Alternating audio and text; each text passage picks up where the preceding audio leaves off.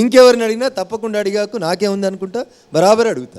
దానికి ఎవరు అతిథులు గారు. సార్, అసెంబ్లీ ఎన్నికల సమయంలో కొత్త ప్రభాకర్ రెడ్డి పైన దాడి జరిగినప్పుడు అప్పుడు వేళ్ళన్నీ మీ వైపే చూపించాయి, తెర వెనుక మీరున్నారని చెప్పినటువంటి ఆరోపణలు కూడా వచ్చాయి. ఆ రోజు అసలు ఏం జరిగింది సార్? ఇప్పుడు గవర్నమెంట్ వాళ్ళది ఉన్నదన్న. హరీష్ రావు మంత్రి పాపం యశోద కాడ ఎంత ఏడిచిండో హరీష్ అన్న మీరు చూసిర్రు, ఎట్లు ఉరికిండో కూడా చూసిర్రు మీరు.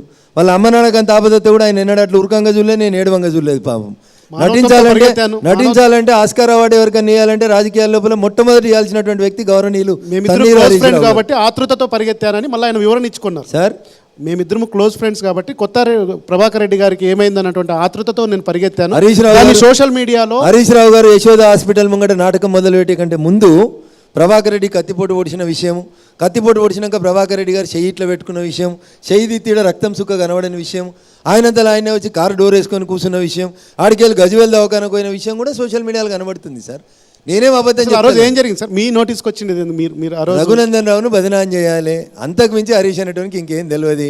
మోసం, నటన, డబ్బులు సంపాదించుడు, వంచనకి ప్రతిరూపం హరీష్ రావు. అంతకు మించి ఇంకా ఆయన గురించి నేను మాట్లాడాను. చేసే విషయంలో హరీష్ రావు సక్సెస్ అయ్యారని చెప్పుకోవచ్చు. ఎందుకంటే మీరు రోజు ఏడ్చిర్రు, రఘునందన్ రావు ఓడిచిండు, రఘునందన్ రావు ఓడిచిండు అని. నేను బీజేపీలో కండువా కప్పితే ఆ కాంగ్రెస్ అని ఫోటో తీసుకొచ్చి పొడిచిన ఫోటో తెచ్చి రఘునందన్ ఫోటో. కత్తిదాడి ఘటన ఏదైతే ఉందో కత్తిదాడి ఘటన అంత కల్పితం డ్రామా అని అంటారా మీరు?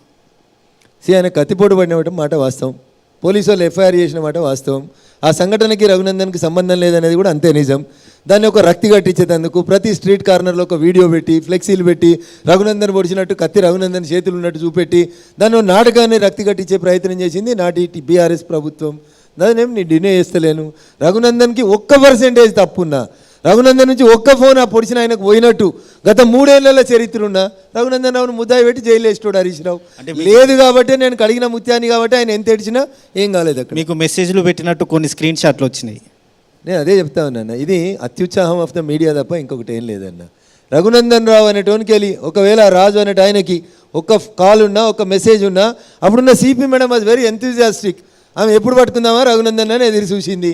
నాకు సంబంధం లేదు అని ఆమె చెప్పింది, కాంగ్రెస్ పార్టీకి సంబంధం ఉంది అని చెప్పింది, పొడిచిన ఆయన కాంగ్రెస్ పార్టీలో పనిచేస్తుండు అని చెప్పింది, పొడిచిన ఆయన మీడియాలో పనిచేస్తుండు అని సిపి మేడం చెప్పింది. ఇంకా రఘునందన్కి సంబంధం అంటగట్టాలనుకుంటే రేవంత్ రెడ్డి గారికి దరఖాస్తు తీరి మళ్ళీ ఇన్వెస్టిగేట్ చేయమని చెప్పుండ్రు.